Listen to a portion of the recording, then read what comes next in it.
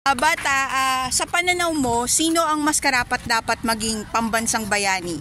Si Rizal o si Gat Andres Bonifacio?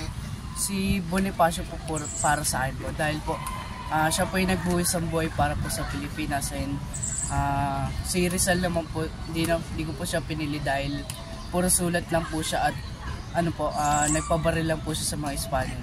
Nagpabaril sa Espanya. Ang ibig mo sabihin, kasi si Rizal isang klase ng propagandista na sa pamamagitan ng panulat, niya tayo minulat at pinaglaban niya ang ating mga karapatan sa pamamagitan ng pagsulat. Kaya lang, hindi sa pamamagitan ng revolusyon.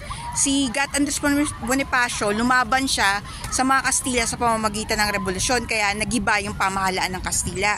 Kaya mas pinipili mo ang pakikipaglaban ni Andres Bonifacio na mas matimbang para maging pambansang bayani. Yung ba, boy? Opo. Sige, salamat.